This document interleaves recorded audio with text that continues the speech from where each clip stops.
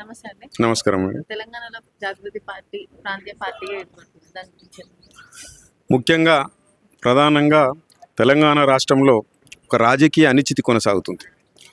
అసలు తెలంగాణ తెచ్చిన టీఆర్ఎస్ కానీ నేను ప్రజలతోటి ఉన్న మేము ప్రజా పార్టీ అని చెప్పుకుంటున్న ఏదైతే కాంగ్రెస్ పార్టీ అధికారంలో ఉందో ప్రజల ఆకాంక్షలు కొట్లాడి తెచ్చుకున్న తెలంగాణ ప్రజల ఆకాంక్షలను నెరవేర్చడంలో పూర్తిగా వైఫల్యం చెందినాయి.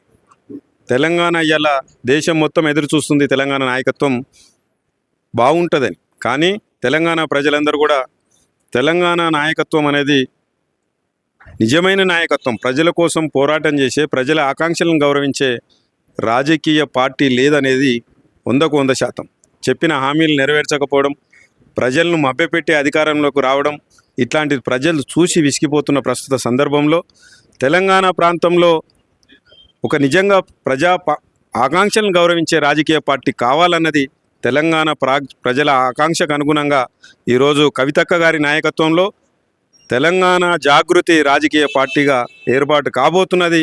ప్రజలకు ఏదైతే వెలితి ఉందో ఈరోజు నాయకత్వ కొరతను తీర్చబోతుంది.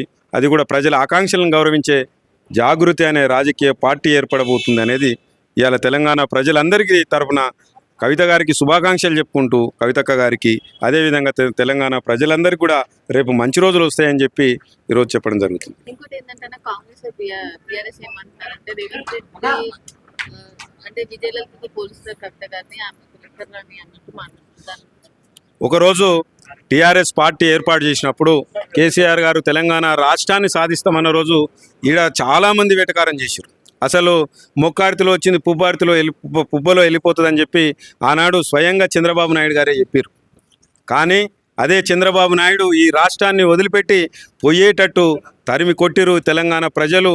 ఇక్కడ ఆయనకు సుక్కలు చూయించిరు అనేది ఈరోజు తెలంగాణ ప్రజలందరికీ కూడా తెలుసు. వాళ్ళ వెకిలి మాటలు ఇప్పటికైనా కూడా వెకిలి మాటలు మాట్లాడొద్దు, వెకిలి చేష్టలు వద్దు.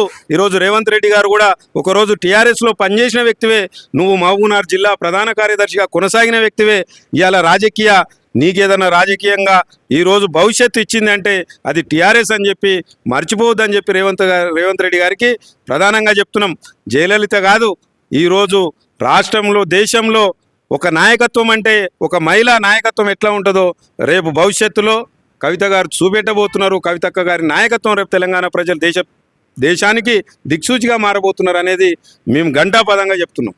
ఇంకోటి ఏంటంటే బీఆర్ఎస్ ఏమన్నా అధికారంలో ఉన్నప్పుడే బీసీలను పట్టించుకోలేదు కవిత, ఇప్పుడు బీసీలను ఏం పట్టించుకుంటుంది అని నాడు కవితకు అధ్యక్షురాలు కాదు, ఆమెకు జరిగిన అనేక ఏ విధంగా కుట్రలు చేశారు, పార్టీ నుంచి పంపించారు.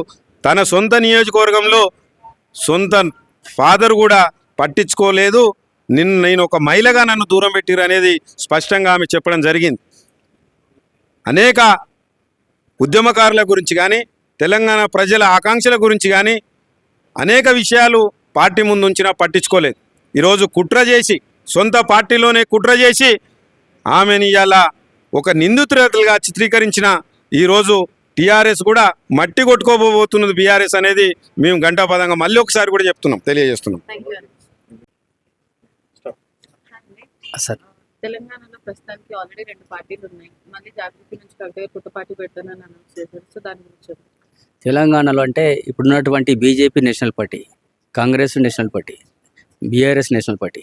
ఎందుకంటే దాదాపు ఈ పార్టీలో వచ్చి 25 సంవత్సరాలు గడిచిపోతున్నాయి, 26 సంవత్సరాలు. కాబట్టి తెలంగాణలో 100% కొత్త పార్టీకి స్కోప్ ఉంది. స్కోప్ ఉన్నది అట్లా. ఇటువంటి ఇంకో విషయం ఏంటంటే తెలంగాణ జాగృతి అనేది 20 సంవత్సరాల నుంచి ప్రజలకు అందుబాటులో ఉండి ప్రజా సమస్యల మీద పోరాడుతున్నారు. ఇప్పుడు మనం జనం బాట పెట్టి జనాల మధ్యలోకి వెళ్ళి కూడా దాదాపు 33 జిల్లాల 18 జిల్లాలు కంప్లీట్ చేసేసుకొని ఇవన్నీ మాకు వెళ్ళి జనం బాటలో వచ్చినట్టు ఫీడ్బ్యాక్ని పట్టుకొని, ఎందుకంటే అన్యాయంగా కవితక్క గారిని బీఆర్ఎస్ నుంచి ఒక కనీసం నోటీస్ ఇవ్వకుండా కూడా బయటకు వెళ్ళగొట్టారు. కాబట్టి సరే ఇవన్నిటి మీద చేసి ప్రజల తరపున పోరాడి పెట్టాలనేది పార్టీ అని డిసైడ్ అయ్యి ప్రతిపక్ష కాంగ్రెస్ బీఆర్ఎస్ ఏమంటుందంటే పార్టీలో అధికారంలో ఉన్నప్పుడు బీఆర్ఎస్ అధికారంలో ఉన్నప్పుడు కవిత గారు ఎమ్మెల్సీగా ఉన్నారు, అప్పుడే ప్రజలను పట్టించుకోలేదు, ఇప్పుడేం పట్టించుకుంటారు అని కాంగ్రెస్ అంటుంది. దాని గురించి ఎందుకంటే 10 సంవత్సరాలు గవర్నమెంట్లో ఉన్నప్పటికీ కవితక్కను ఇట్లాంటిదంటే ఒక నిజామాబాద్ వరకు పరిమితం చేసి ఇలాంటి కవితక్క జరగకుండా నామమాత్రంగానే ఉన్నటువంటి పరిస్థితులకు చేసిరు. కాబట్టి పార్టీలో ఉన్నప్పుడు కొన్ని నిబంధనలు ఉంటాయి కాబట్టి వాటి పాటించవలసిన అవసరం ఉంటుంది.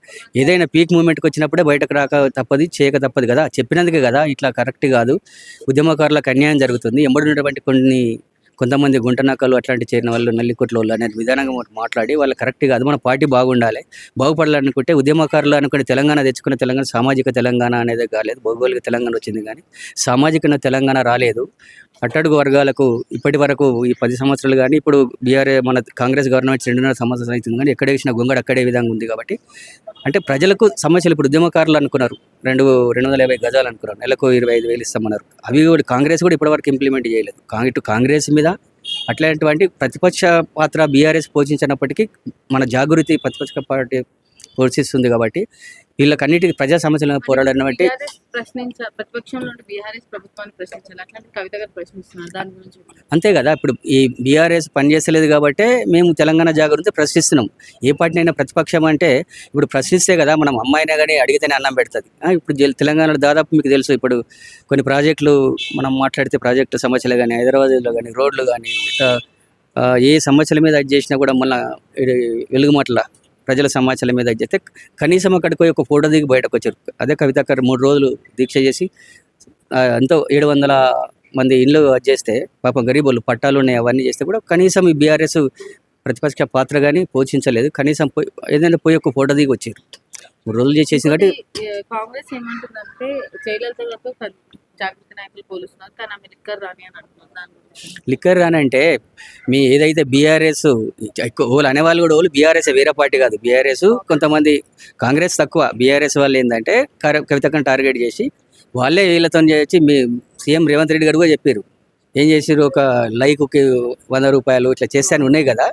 వాళ్ళ బ్యాచ్ కొద్దిగా బ్యాచ్ ఉంది మాకు తెలుసు.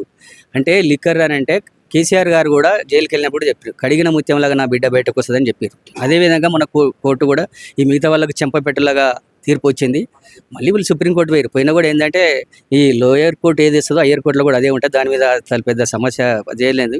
ఇంకా ఆ విషయం నుంచి ప్రజలు కూడా హర్షించి మనకు పార్టీ పెట్టే ముందు మాకు ఈ పెద్ద ప్లస్ అన్నమాట. అదే ఇంకోటి పబ్లిక్ ఎందుకు యాక్సెప్ట్ చేయాలంటే మేము ఈ దాదాపు 20 సంవత్సరాల నుంచి కరోనా టైంలో కూడా 30 లక్షల మందికి నిజామాబాద్లో భోజనాలు అందించి మేము కూడా తెలంగాణ జాగృతి నుంచి కూడా హైదరాబాద్లో కానీ హైదరాబాద్లో కరోనా టైంలో బయటకు వెళ్ళలేని సిచ్యువేషన్లో కూడా మేము బియ్యం కానీ నిత్యావసర సరుకులు కానీ మా జాగృతి కానీ మొత్తము ఉమ్మడి 10 జిల్లాలు ఇప్పుడు ఉన్నటువంటి 33 జిల్లాలలో చేసి ప్రజాసేవ చేసినాం. ప్రతి సమస్య మీద మేము పోరాడినాం. అదే గవర్నమెంటు రైతులకు ఒక రైతు బంధు రానటువంటి వాళ్ళకు మా తెలంగాణ జాగృతి రైతు విభాగం నుంచి నెలకు 2,500 మందికి మేము జాగృతి ఆర్గనైజేషన్స్ కూడా ఇవ్వడం జరిగింది. అంటే ప్రజలు కోరుకుంటున్నారు ఏదైనా ఆల్టర్నేట్గా ఈ పార్టీలన్నీ ఈ జాతీయ పార్టీలు అయినవి తెలంగాణకు ఒక పార్టీ, తెలంగాణ అస్తిత్వాన్ని కాపాడుకోవడానికి తెలంగాణకు ఒక పార్టీ కావాలి, ఉద్యమకారులకు న్యాయం జరగాలనే విధంగా చేసి ప్రజల నుంచి అనేకమైన డిమాండ్. ఇప్పుడు అందుకే కదా మేము మునీరాబాదు అధ్యాయ ఫంక్షన్ హాల్లో 20వ తారీఖు రోజు 8:30కు స్టార్ట్ అయ్యి కవితక్క స్పీచ్ ఉంటుంది, 10 గంటలకు జెండా ఆవిష్కరణ ఉంటుంది, 12 గంటలకు భోజనాలు ఉంటాయి. దాదాపు 32 తెలంగాణ వంటకాలతో 32 రకాల వంటకాలు చేసి మేము అనుకున్నది అక్కడ 18,000 మంది పడతారు. 18,000 మంది కంటే ఇక్కడ వస్తున్నటువంటి రెస్పాన్స్ చూస్తే దాదాపు ఒక 60.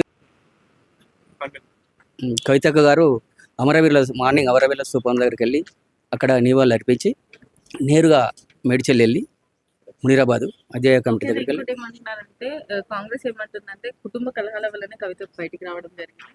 సో ఇంకొకటి కవిత గారు తండ్రిపైనే పోటీ చేస్తామని అంటున్నారు. దాని గురించి అంతే కదా. ఇప్పుడు రాజకీయం అనేది ఎవరి మీద ఎవరైనా పోటీ చేయొచ్చు, తప్పు లేదు కదా.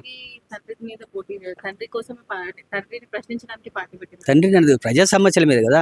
ఎవరైనా కానీ తండ్రి అయినా ఎవరైనా రాజకీయం ఒక తండ్రి మీద పోటీ చేయడం అనేది ప్రజా సమస్యల మీద. ఎవరైతే ప్రజా సమస్యల మీద పోరాడతారో వాళ్ళకు స్పేస్ ఉంటుంది, ప్రజలు కూడా కోరుకుంటారు కదా. ఎవరైనా పోటీ అంటే రాజకీయంలో తండ్రి కొడుకు అనేది ఉండదు కదా. ఎవరైనా నిలబడ్డప్పుడు పోటీతత్వం అంటే పోటీ. ఒక ఇంట్లో 4 ఉంటే ఒకరు బీజేపీ ఉంటారు, కాంగ్రెస్ ఉంటారు, సిపిఐ ఉంటారు, సిపిఎం ఉంటారు, కాంగ్రెస్ ఉంటారు, తప్పు లేదు కదా. ప్రజా సమస్యలను పోరాడాలి అని చేసే ఇప్పుడు ప్రజలు కోరుకుంటారు స్వచ్ఛందంగా. మీరు చూస్తారు కదా ఇప్పుడు 20వ తారీఖు రోజు కోరుకుంటారు. తెలంగాణ పబ్లిక్ ఇప్పుడు వచ్చి మాకు డైలీ ఇప్పుడు దాదాపు 20 రోజుల నుంచి డైలీ ఒక 500 మంది 400 మంది 500 మంది 1000 మంది జాయిన్ అవుతారు. రేపు కూడా గద్వాల నుంచి ఒక 1500 మంది జాయిన్ అవుతారు. అక్కడ ఎమ్మెల్యే అనుకుంటూ పోటీ చేస్తున్నారు రంజిత్ కుమార్ అని వాళ్ళు. అంటే ప్రజా సమస్యకు చాలా మందికి ఇంకా మీరు చూస్తుండే 25 తర్వాత ప్రభంజనం ఉంటుంది ఇక్కడ. ప్రభంజనం ఉంటుంది. యువతకు మా పార్టీలో యువతకు ప్రత్యేకంగా యువతకు ఉద్యమకారులకు ప్రత్యేకంగా స్థానం ఉంటుంది. జై తెలంగాణ, జై కవితక్క.